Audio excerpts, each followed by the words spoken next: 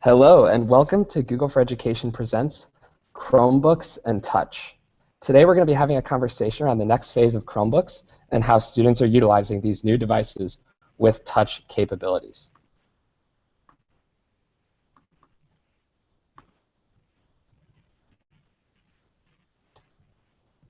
We have a collaborative doc here, so if you would, please join us. This is going to give you edit access, and this short link is case sensitive. The short link is goo.gl/KD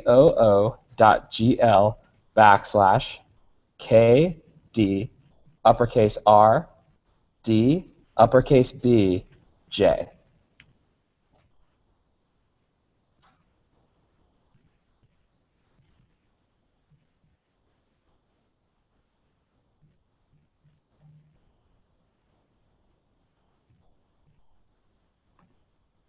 And I see that some people are already joining us in the collaborative document. That's great.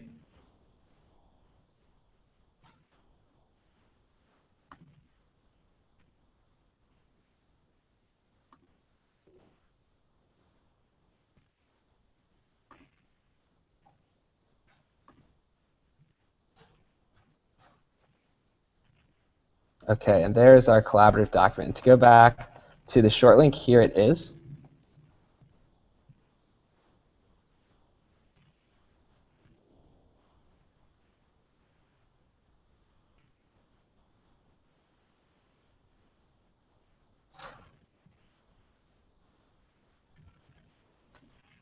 And I see lots of people are joining. That's outstanding. So we're going to use this in a couple different ways today.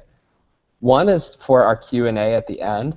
So at any time during this session, if you have questions or if you already have a question that you would like answered, please put down your name, your email address, and ask your question here. And throughout the session and towards the end, we're actually going to do a full Q&A with all of our participants and me.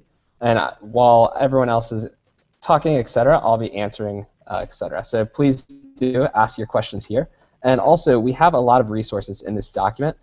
Throughout the session, I'll be referencing a few different things, and anything that I'm referencing today will be in this shared document.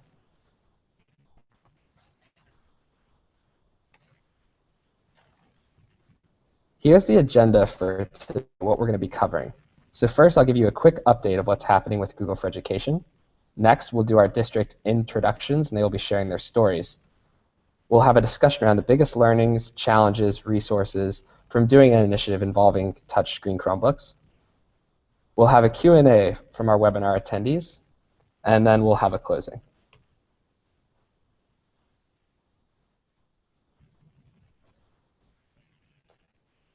So my name is Drew Seidel. I'm on the education team at Google based in New York. I know there are some friendly faces joining us today, so hello. And for those of you who have not met me, to give you a little bit of background, this is me before coming to the education team at Google. I was a dual language elementary school teacher in Fort Worth, Texas, and these are my darling second grade students. And I like to start off with this because it gives some really nice context into our team. Surprisingly, many on the education team at Google were educators, were involved with education in some capacity. And at Google, we really value having an impact on teaching and learning and doing it at scale. So although we might be out of the classroom right now, we have a deep, deep love of learning and teaching, and we're very committed to what's best for students and educators. To start us off as well, I wanted to share some great news. As some of you may have heard, Google has recently acquired Synergize. And what Synergize is a robust Google Apps training resource. This had been paid in the past, but now, because of our acquisition, it is free for Google Apps users. If you would like, you can download this Chrome extension right now, and the link to do that is in our shared document, and you can give that to the users that you wish via the admin console. And once you do that, they will have on-demand PD for all apps, including Google Classroom. And this is a great complement to existing Google Apps training via Google's online training center, where admins and teachers can get certified and find amazing trainings based on classroom application.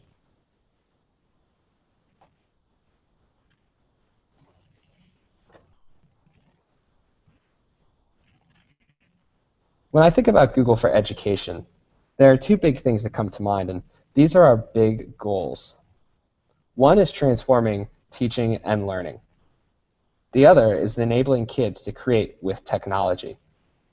And during our session today, we'll be talking about both of these more in depth. To give you some context, we're going to discuss some of the phases for Google for Education. So in the first phase, Google was focused on search. And our key goal was to organize the world's information and make it universally accessible and useful. And this had a big impact on education by providing students access to do research, to take control of their own learning, and access to all of the libraries in the world.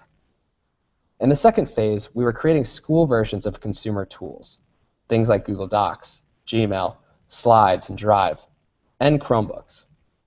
But these were merely consumer versions, and then we were adding features to make them work better in classrooms. Today, we're in phase 3, and in my opinion, this is our most exciting phase. Right now, we are designing tools specifically for the classroom based on teaching and learning, things like Google Classroom, Expeditions, and many of the new Chromebooks that are made specifically for classroom usage.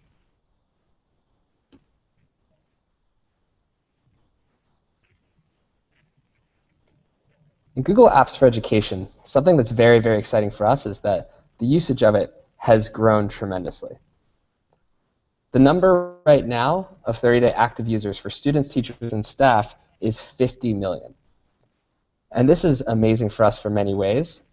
One is that it shows that we have a big impact and people really love and use our tools. But another thing is it shows that there is a broad usage. So these 50 million are coming from K-12 institutions, but also from higher education. And as you can see from some of the names in the background, many are well known. In fact, today in the United States, over 80 of the top 100 universities and colleges are Google Apps for Education schools. Also, 7 of the 8 Ivy Leagues are also Google Apps for Education institutions. And we want to talk a little bit about Chromebooks specifically. When we think about Chromebooks, there are 4 key differentiators that we want to discuss. They are that Chromebooks are simple, affordable, secure, and shareable. And we'll go into each of these a little bit more in depth. Hey, Drew. Yes. Sorry to interrupt. We're getting some comments on the shared Google Doc, and we're having trouble too. We're not seeing your slides. There seems to be quite a bit of a lag. Okay, I'm sorry. Let me troubleshoot for just one moment. Are you able to see the slide that says Global Chromebook Sales Growth? We can now. It just seems as you were clicking through it, it was taking quite a while to catch up. Okay, thanks for letting me know.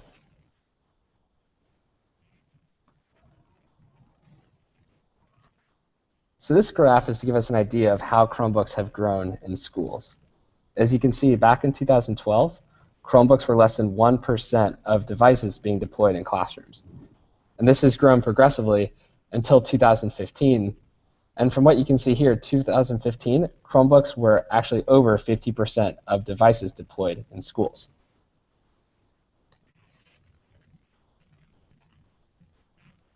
A few further numbers here. One that we are extremely excited about is that Chromebooks are now the #1 selling device in US K-12 schools. In fact, more Chromebooks are sold than all other devices combined. And to give you an idea of scale, 30,000 plus Chromebooks are activated in education every school day. And over 10 million students are using Chromebooks worldwide.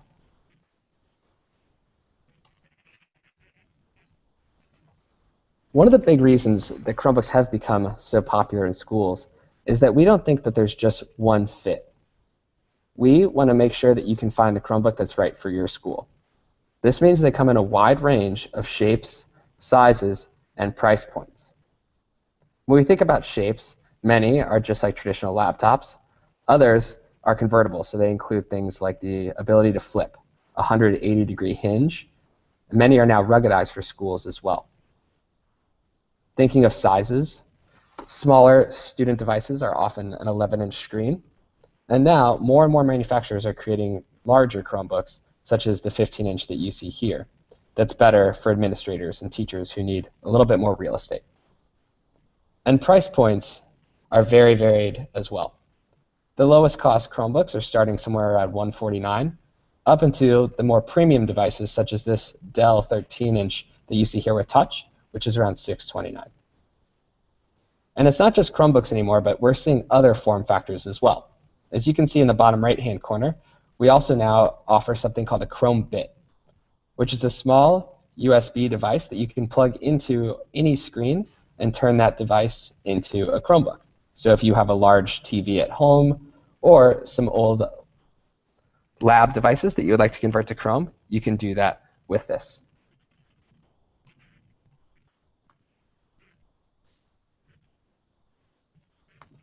And as the range of Chromebooks has grown drastically, we've also seen touch on Chrome become very, very popular with schools. So these are 5 of the popular models that we see today. They include the Asus Flip, the Acer R11, the Lenovo ThinkPad Yoga 11e, the CTL J5 ruggedized device, and the Dell Chromebook 11 with touch. And touch has grown with Chrome for several reasons. One is that we recognize that for younger students, oftentimes the tactile touch experience is necessary. That's what they're most comfortable with. And it's interesting to hear that when touchscreen Chromebooks are being utilized with the younger students, there seems to be a natural progression from using touch more and more at the beginning of the year or the early stages of using the devices. And then the students become more accustomed to the keyboard and more adept at typing and slowly transition often from using touch primarily, then more to a mix of keyboard and touch. Another thing that we've noticed is that for students with special needs, oftentimes touch is very essential. And we want to make sure that we're hitting those needs as well. And so now we're going to discuss some of these devices in action. So it's my pleasure to introduce Dr. Amy Gates. She's the Executive Director of Technology from Lee Summit R7 School District in Lee Summit, Missouri. Hi, Amy. Hello, Drew. How are you? I'm doing well, thank you. How are you? We are doing very well.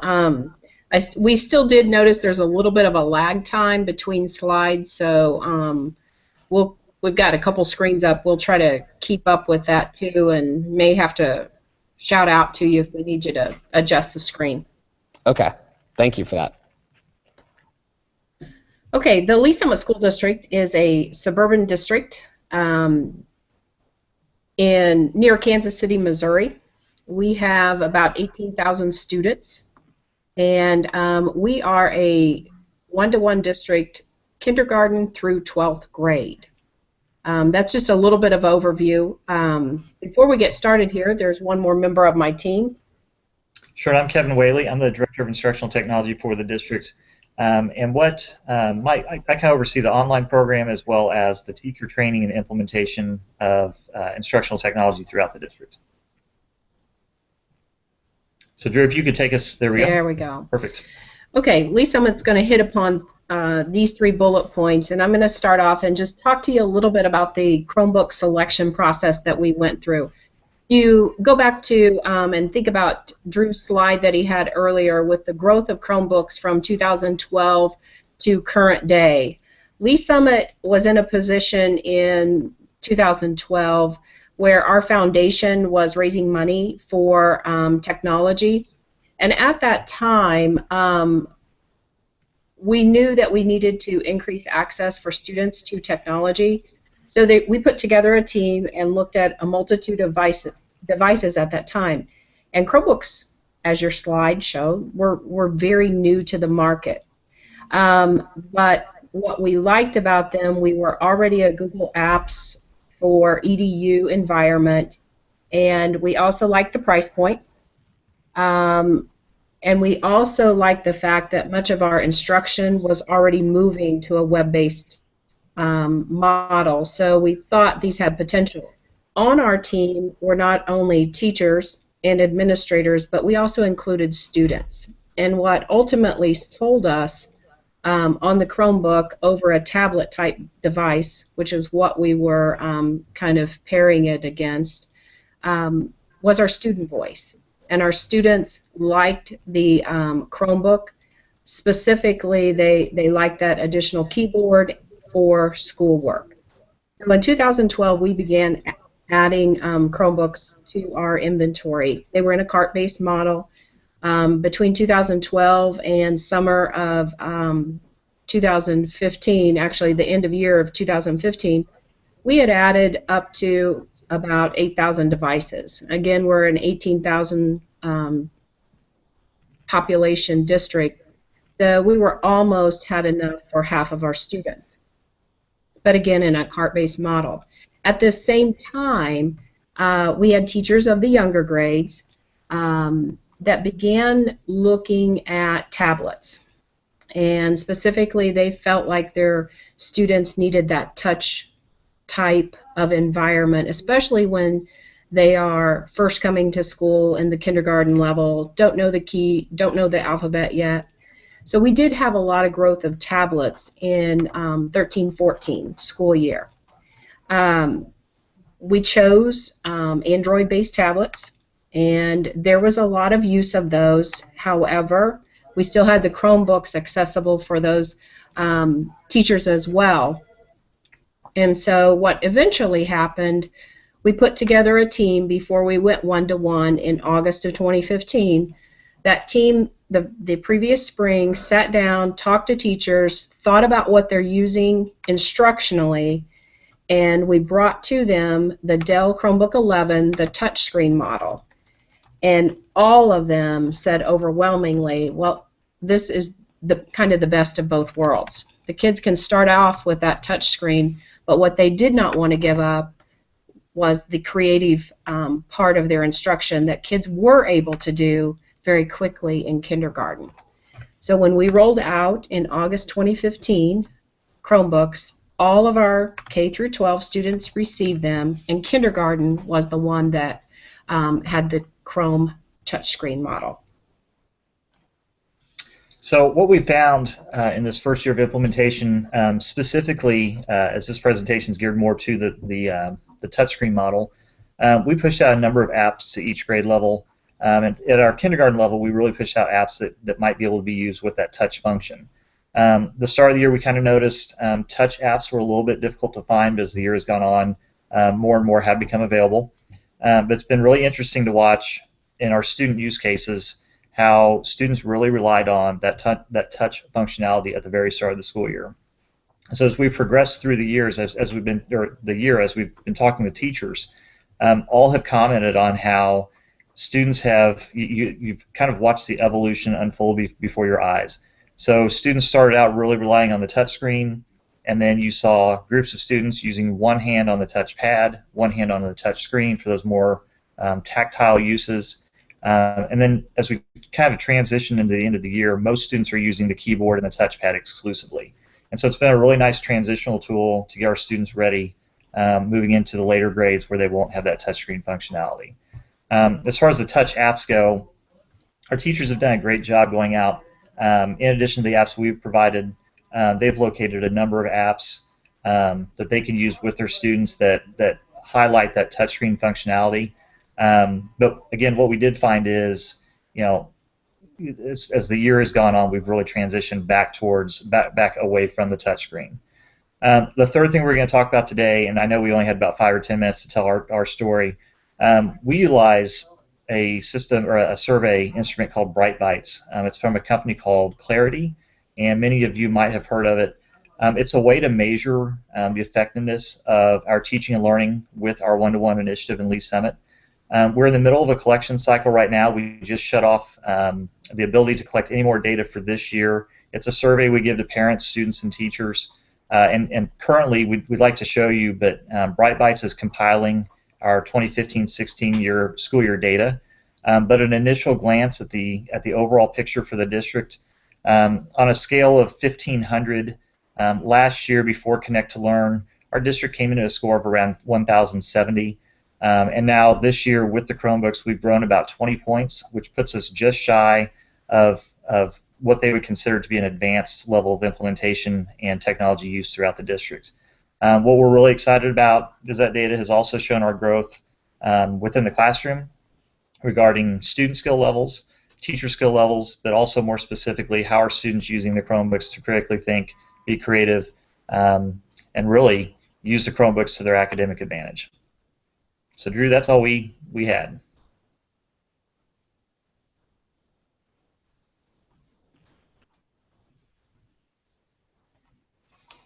Drew, you're muted. Sorry. Thank you so much for sharing. One thing I wanted to ask, because it came to my mind when I was listening, was this idea that students did transition slowly from using primarily touch at the beginning to becoming more comfortable with the idea of using the keyboard. And I wanted to ask, did you do anything to promote that, or was that something that occurred naturally? It occurred completely naturally. I think it became, I think a lot of our students coming in, especially at the younger grades, are probably used to those touch devices. We're suspecting that access to a full laptop or something with a keyboard isn't happening as much as those younger grades. So we're, talking with parents, talking with students. There's a lot of tablet use, because we've all seen it. You hand a little one a phone or an iPad or a Nexus tablet, something like that. So that was a really natural transition into school for those students. And you know how kids are. They find different ways to type, different ways to input information, and that's something that they just kind of picked up on their own. And as we were talking the other day to get ready, I used the example. We have a kindergarten student in our neighborhood, so I might have 2 kids go to Lee Summit Schools, and we watched that in him. The friend that comes over, we watched him follow that same transition where at the beginning of the year he was really using that touch screen to play different math games and things like that. And then we actually saw him around Christmas time. He would have his Chromebook folded flat. We have Dell Chromebook 11, so those fold flat on the table. So he'd have one hand up top on the screen and one hand on the touchpad, and he'd input with his right hand.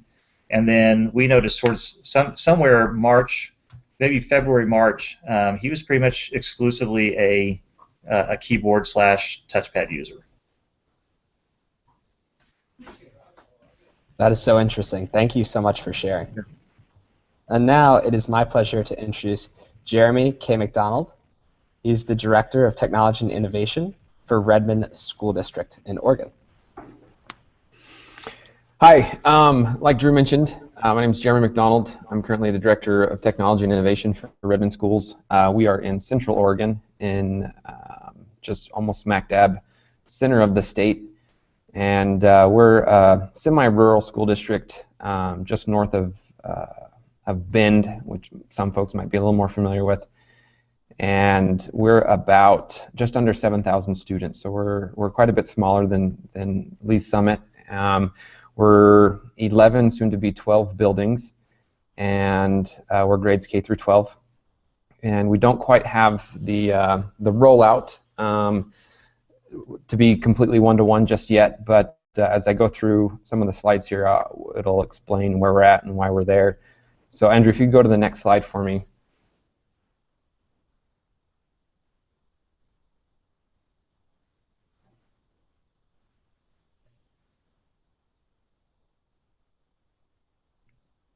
So on the next slide here, it shows kind of the process we went through on deciding what it was that we wanted to accomplish as a school district.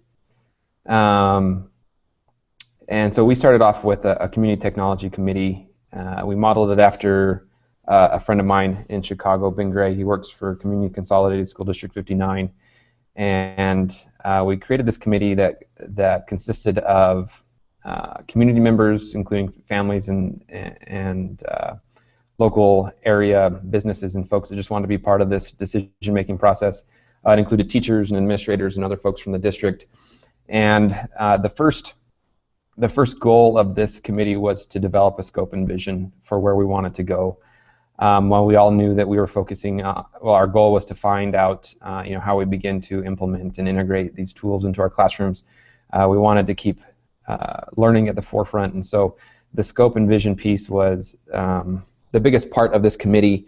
And from there, we came together and developed 4 drivers that we use to kind of gauge where we're at as a district and how we're doing with regards to our rollouts and implementations. And so we came up with Access and Opportunity, which is focusing on equitable access for all of our students, providing them with the tools that they need to meet their needs, and then the opportunities that the technology provides and making sure that everyone has equal access to those opportunities in and out of the classroom. The second driver was relevance, and that was focusing on providing meaningful and relevant learning experiences to our students so that the skills that they were developing, not just the content they were learning, but the skills they were developing, provided a relevant, I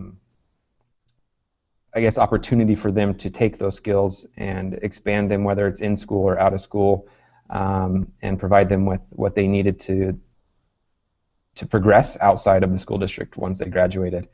The third driver was citizenship, and this one kind of relied more on the idea of empathy and allowing our students to be able to learn to connect to the folks around them, whether it was just in their schools or our general community or the state or the nation or the world, wherever that is, but learn to connect and collaborate and communicate and understand and empathize with our friends and colleagues around.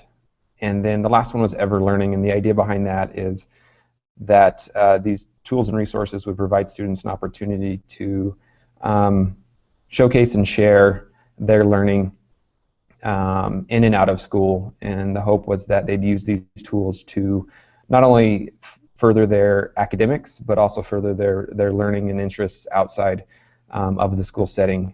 And then once we developed all that, we came to kind of that decision point period where we had to evaluate and identify the tools and resources that we thought would help us to achieve those four drivers. And Drew, if you'd go to the next slide for me, we essentially had a dozen or more different devices ranging from tablets to laptops with varying operating systems from Chrome to iOS to OS 10, Windows, and so on. And we sat down and we just went through these various tools. And as a committee, we kind of played around with these tools and talked about the drivers and which tool would provide us not only the best access and opportunity, but also provide us the best route to go for sustained progress. And a big part for us, obviously, was budget and being able to sustain this growth throughout the rest of the district.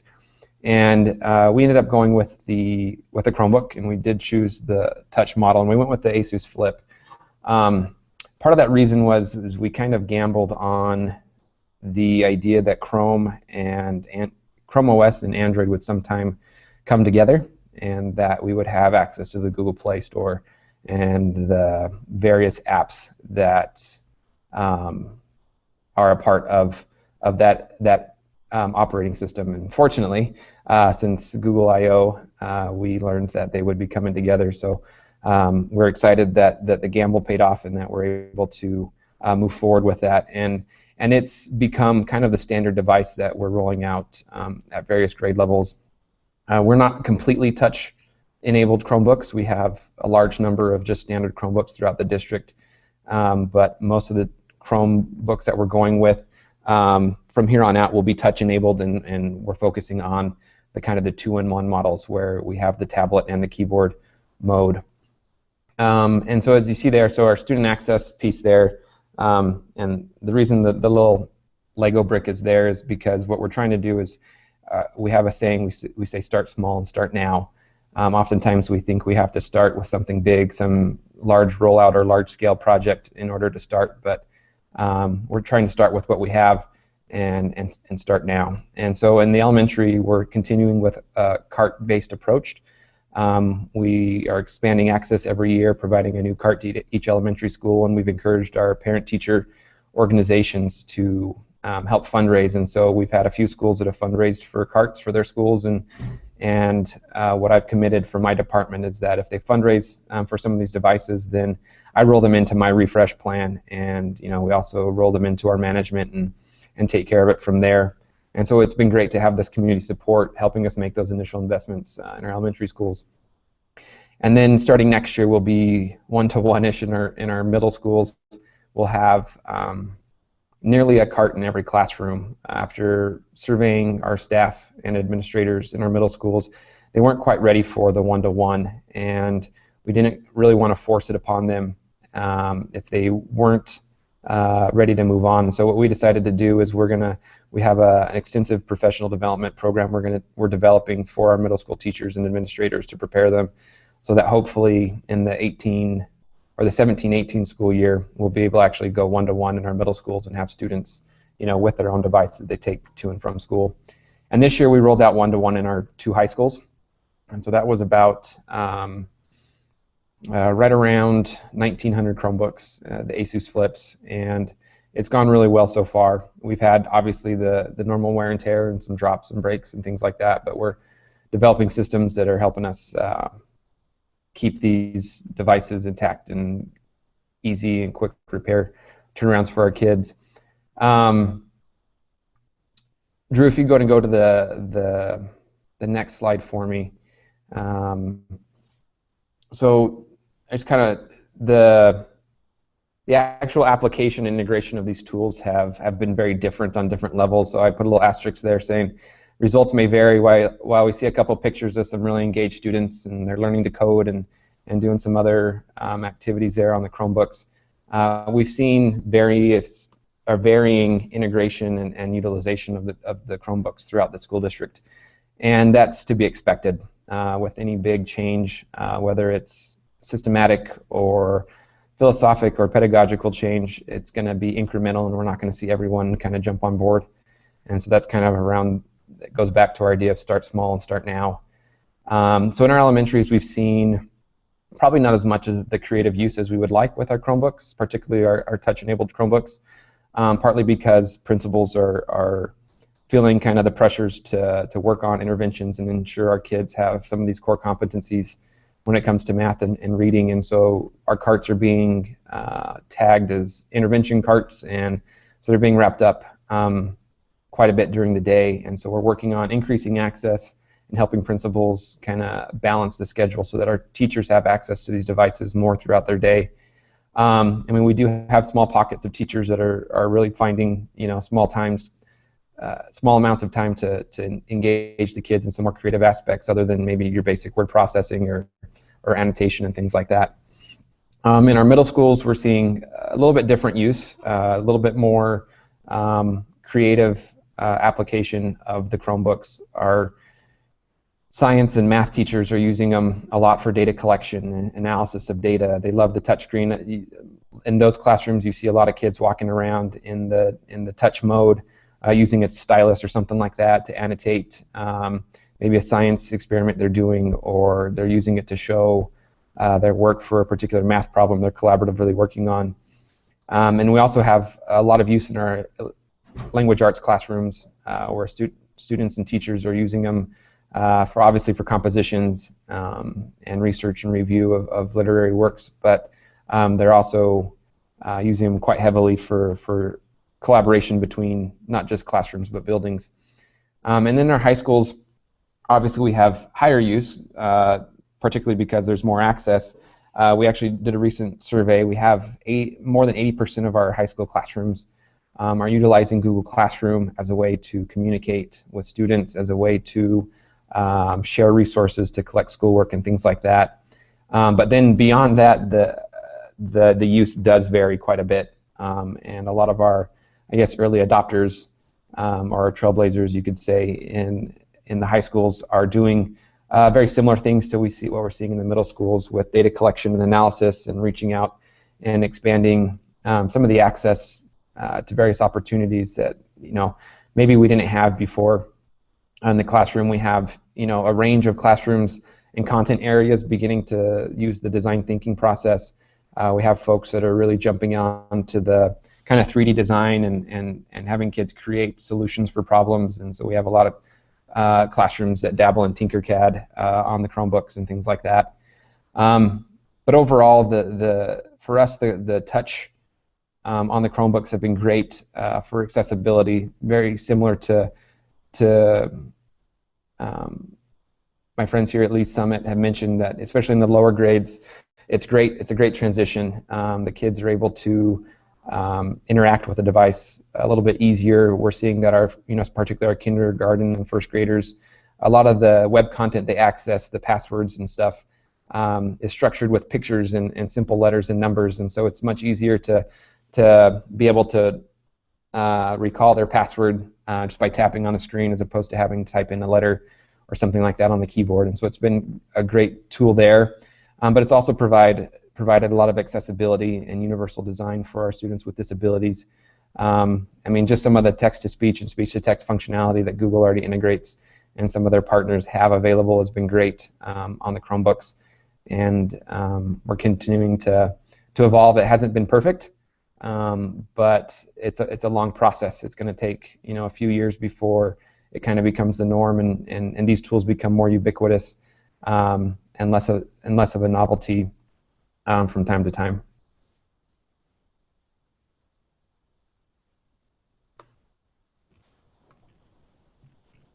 Okay, amazing. Thank you so much for sharing, Jeremy.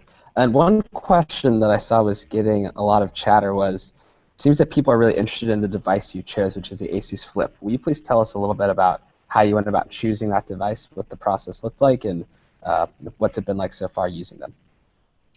Sure. So like I mentioned before, when we had the CTC committee, we had several devices, and our neighbors to the south in Ben Lapine, they're a school district, fairly large school district for Oregon, about 17,000 students, 28, 29 schools, and they're one-to-one in grades 3 through 12, and they're all iPads. And so there's this perception of, well, Bend has it, so why don't we? And so we started off evaluating iPads. We looked at full-size iPad Airs, iPad Minis, and then I had a number of different Chromebooks ranging from the larger 13-inch screens to the smaller Asus Flip, which is about 10 inches, and then a couple, our traditional Windows machines that we've used in the past. And we looked at our drivers that we came together on, and we said, what's going to provide us, the access we need to the resources and tools that we want to start with, and then also what's going to allow us to have that, hopefully, ability to expand the capacity of the use of these tools. And like I mentioned before, we kind of gambled on the idea that Google Play, Android would kind of merge at some point with Chrome OS.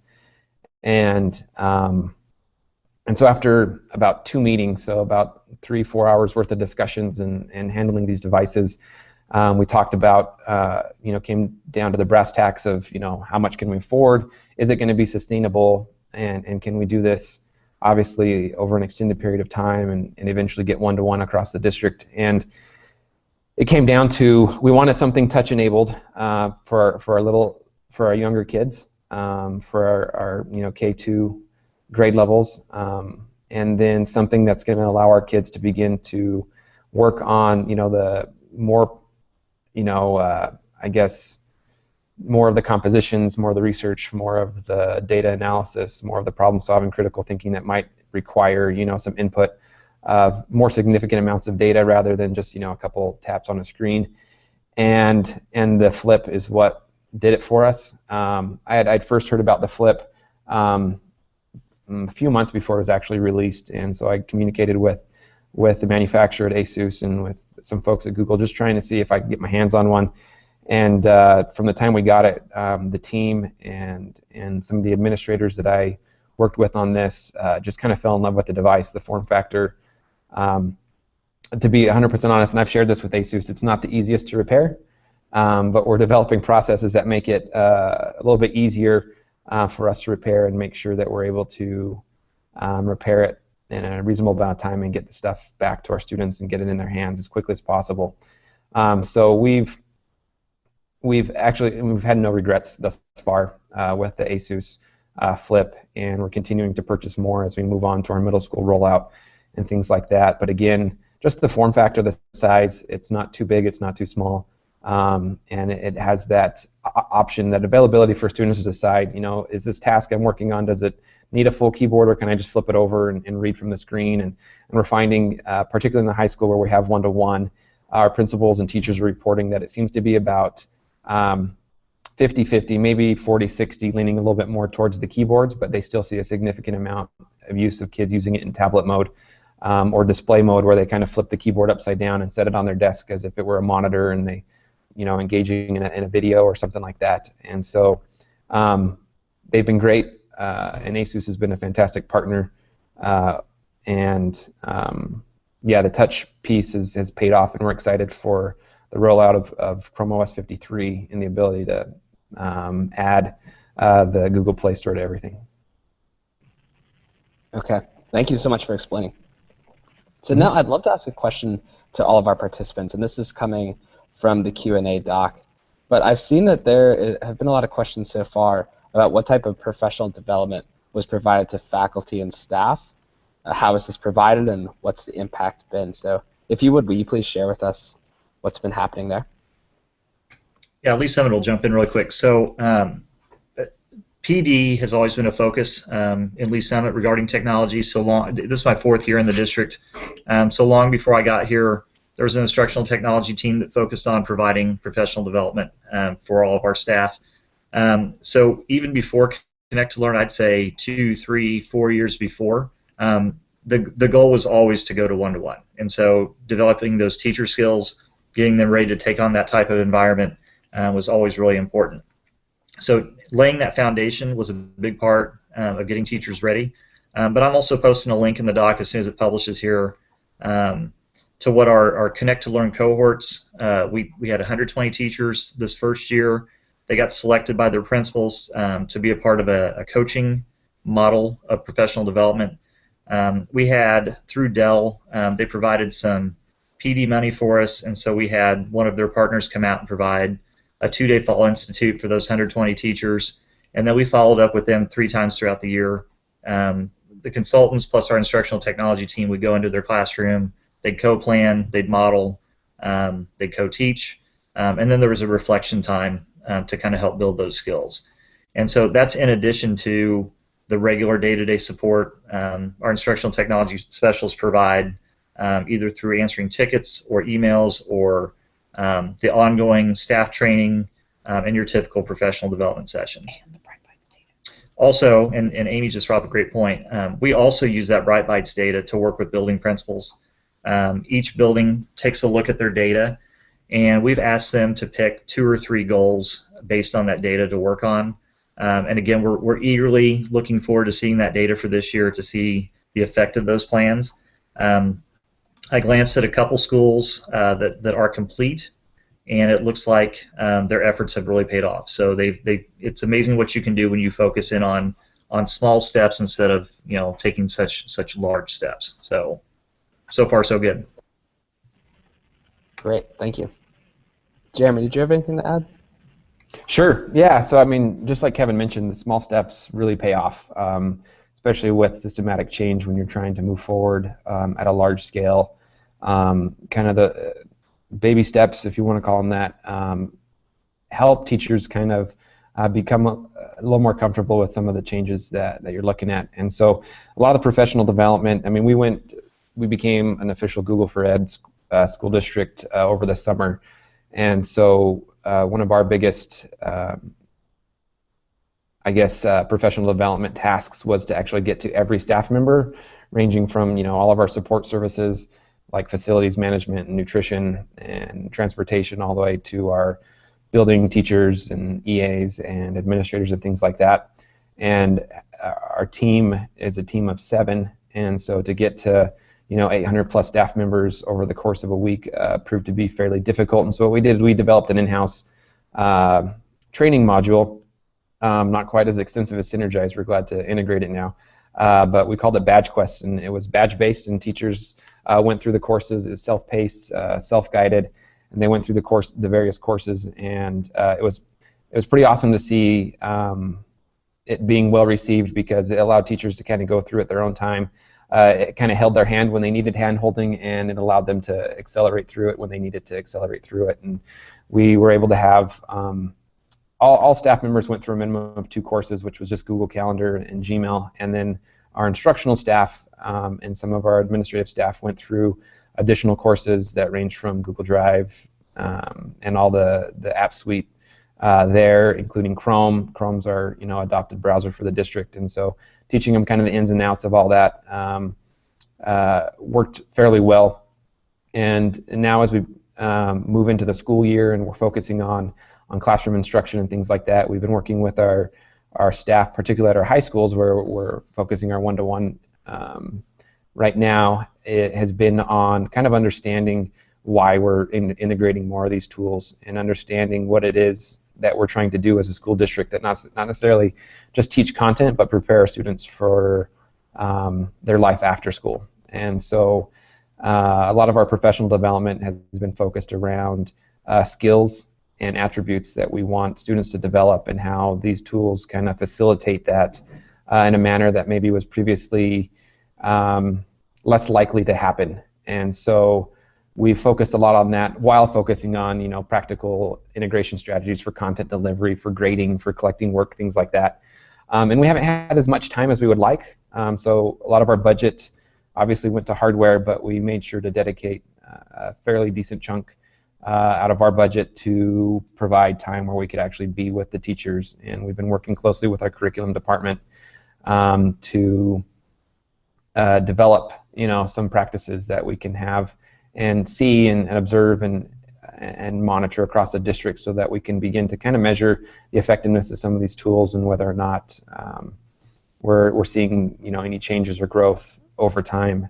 But also, one of the things in our professional development we've been teaching is patience, not necessarily with the process, but patience with ourselves. So we have a lot of teachers that want to be able to jump, you know, right ahead and be able to do a lot of these things, but then have troubleshooting issues or something like that, networks down, some snafu that always seems to happen when you're trying to do something different. And so we're working a lot on the, hey, you know, we can be in your classroom when you're trying something new, or when you want to do this, let us know. So we're dedicating a lot of our time to actually being in the schools, as opposed to you know, me, where I find myself at my desk more often than not. But being in the schools and being in the classrooms to be that person to, you know, help the teacher troubleshoot so they can still focus on the kids and less on the technology. And so, I mean, and as Kevin mentioned, you know, it takes time, and we hopefully will see more progress over time, and we continue to dedicate time and resources to the professional development process. Great. Thank you so much. So one other question I feel like has been getting out of chatter is, now that these devices are there, and I know, Jeremy, I think you had touched on this a little bit, that it can feel so new and so exciting that you want to avoid that it feels something like a gimmick. So I'd love to hear what you're doing in your organizations to keep the focus on teaching and learning and not on the device. I'll jump in there. Lee Summit has really, from the beginning of Connect to Learn, and when Kevin and I reference Connect to Learn, that's kind of a tagline that we called this implementation. It was about, we didn't put any parameters around, you will use this X number of minutes or X times a day or for these subjects. It was truly strategically planned to put the devices out and really let the ownership of that learning start to transition to student hands. And what I mean by that, it's just a tool. You know, we all say that in technology, but it's a device for learning, and it's only valuable if it's utilized in a learning manner where it's needed. And so that was the focus. As Kevin referenced, the coaching, professional development, and the other professional development, we didn't focus on the tools or certain websites. We really tried to steer away from that and talk about how instructional pedagogy changes and what the classroom look and feel, how that changes, to be more collaborative and allow kids to be more creative. So with that in mind, that's the approach that Lee Summit took.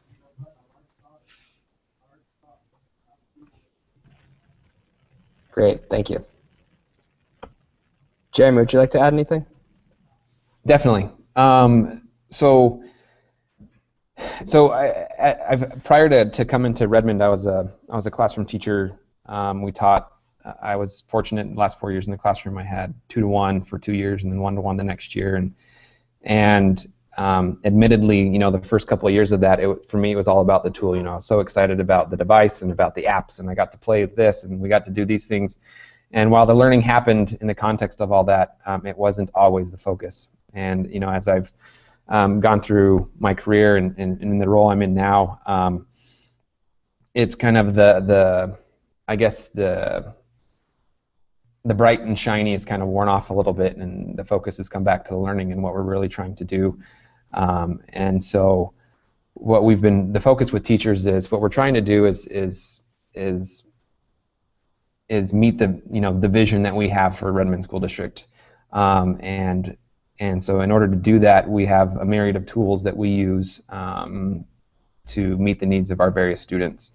And what we're trying to explain is that the integration of these devices, that the 1-to-1 in the high schools and now the middle and soon to elementary, is just adding another tool to that toolbox or tool belt. And that we hope teachers will find usefulness in these tools, but that it's not something that we have to plan everything around. One comment I've made to a bunch of teachers is, we've had teachers that say, I think my kids focus better if they assess this way or if they do this way, and I've provided very little pushback, and I remind them that they're the professionals, they're the ones in the classroom, and they're the ones that are working with these kids and know these kids better than I ever will. And so I want them to continue to be able to use that professional judgment to do what they feel is best for those students, as we begin to show them new and different ways that we can begin to engage our kids in meaningful problem solving and critical thinking and collaboration and all those other words that we use nowadays. But a lot of it's just come down to helping teachers really focus on what it is we're trying to do, and then providing support for the tools that they need to use. And so a lot of them still see this as for what it is, for technology, for a Chromebook, access to the internet, access to the web, access to social media, access to essentially almost the entirety of human knowledge. We're trying to help them to see it as that, and engage our students in ways that it's less of a distraction and more of a way to amplify potential of not only what we can do in the classroom, but what a student can do in their own learning. Amazing. Thank you so much. So we have time for about 2 more questions, and then our time is going to be up. The second to last question was, do you feel that Chromebooks with Touch are meeting student needs?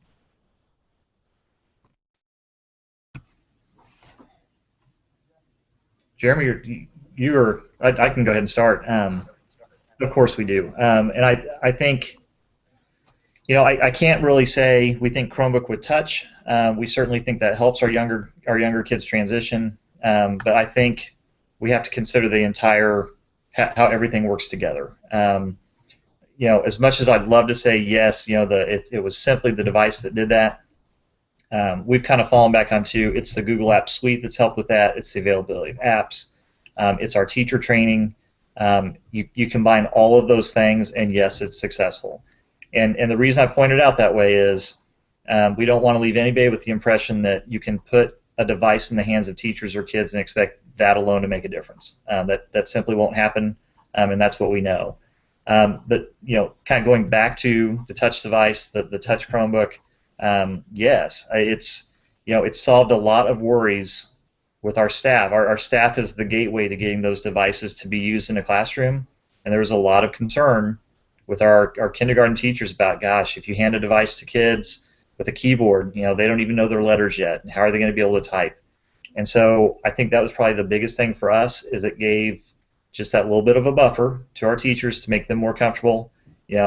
Allow some of those kids, once you get them logged in and they stay logged in, they've still got some things they can do with those kids while they teach them those basic non-tech skills, which transfer then over into being able to use the device. Thank you. Yeah, I totally agree, Kevin. Regardless of what we can't just expect the device to solve all the problems and meet all the needs and everything like that, and it comes down to practical application and how we begin to work with our teachers to see these as tools and tool to be used when needed, and not necessarily all the time. For us, something we've been focusing on, a part of this also is our work with our student services department, and so a big decision came down to, seeing again what our neighbors to the south in Bend have done with the iPads and how it's really helped a lot of the students, particularly students with autism and some different special needs. It's that touch has enabled them the ability, to interact with the device in a manner that maybe it was not previously accessible. And so focusing on the idea of universal design and making sure that the tools we provide our students is, something that all students can access, is something we're trying. And while, again, I don't think there's any perfect device that's going to be perfect for every student, we're doing our best to meet those needs and ensure that our students and families feel supported when providing them with these technologies and tools. Great. So our last question is, I'm sure a lot of people have been watching this, and if they have not been experimenting with something like this before, they're inspired to do so. So one thing I wanted to ask is, if a district or an educator is looking to go down this path, what resources or lessons would you share with them to get things started? Drew, resources for just touch devices? Talk to me a little bit about that. Yeah, that's a great question. So I was thinking more along the lines of, if they're getting started with using Chromebooks with new students, and maybe Chromebooks specifically with touch as well.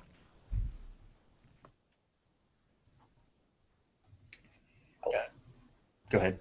I would just, kind of harken back to what Kevin already said. Lee Summit, for us to take this implementation on as quickly as we did, we had a pretty solid foundation, and that goes back to what Kevin said. We were a Google Apps for EDU environment.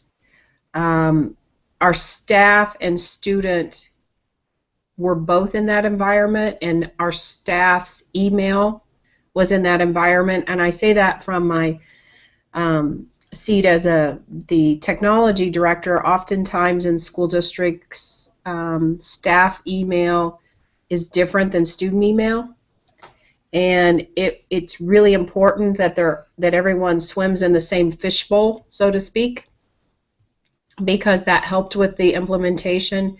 And so there's not one thing that I would say, but you do have to have that solid foundation, because the worst thing that we could have done for our teachers is add more time to their plate or make things more confusing.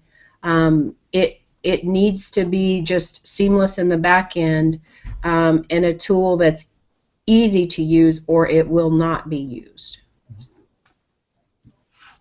Yeah, well said, yeah.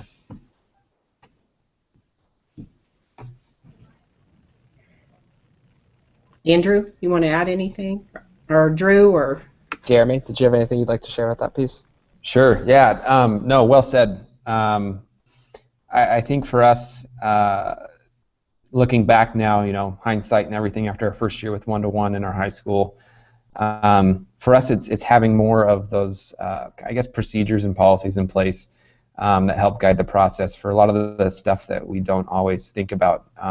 So my department, we got really excited about giving more access to our students and thinking of all the things that our teachers were going to be able to do differently and be able to access through these devices that we kind of skimmed over a lot of the, more of the details on the back end of, what happens if a device breaks or if a student doesn't bring their charger or things like that.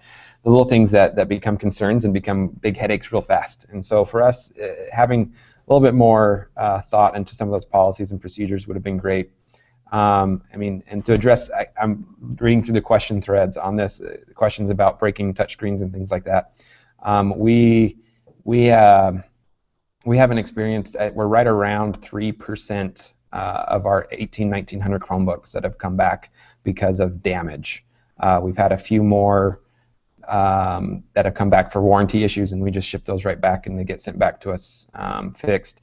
But the damage has been relatively small, but what we do notice is the kids that have damaged it one time are at a higher risk to damage it again. And so it's how do we develop procedures and policies to support those students, to help them care for the device in a way that maybe they hadn't before to help avoid additional breakage and things like that.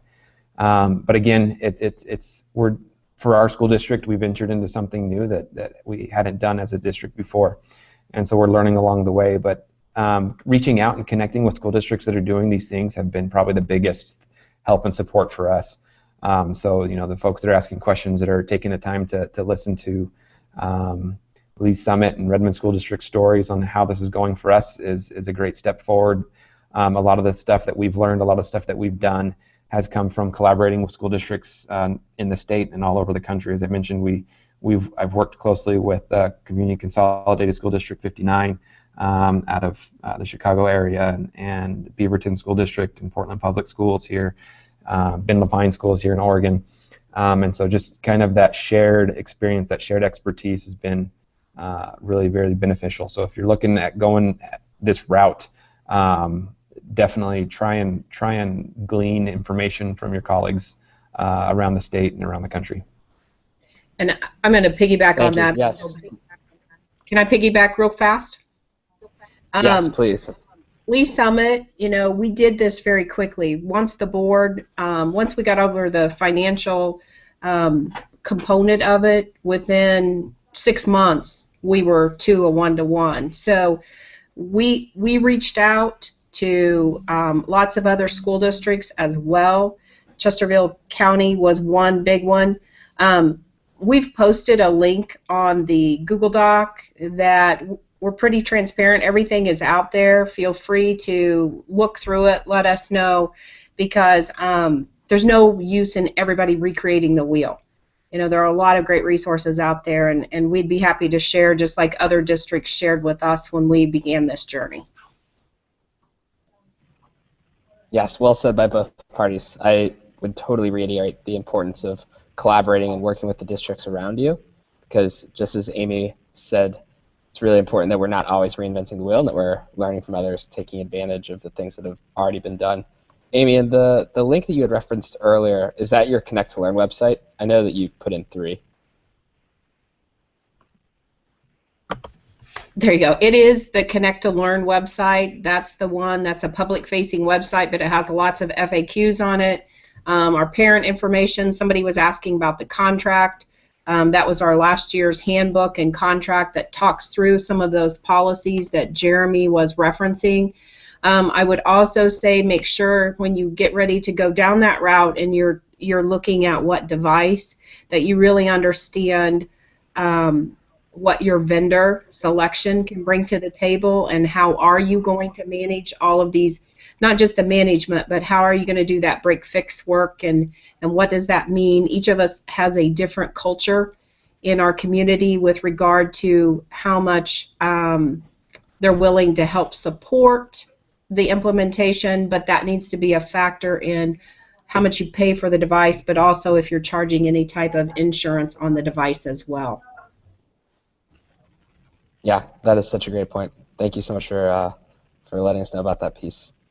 Okay, so that is going to conclude our time together. I would like to give a huge thank you to both Amy and Kevin from Lee Summit, and also Jeremy from Redmond. So thank you both so much for all of your time, for sharing your energy and your vision and your passion for this, and all of your learnings and resources as well. And from Google for Education, thank you everyone for joining us today. This will be recorded, so I will be sending out the link shortly, and that will be available on the event page for this. And I look forward to seeing all of you soon. Hope you have a great rest of your week, and thank you.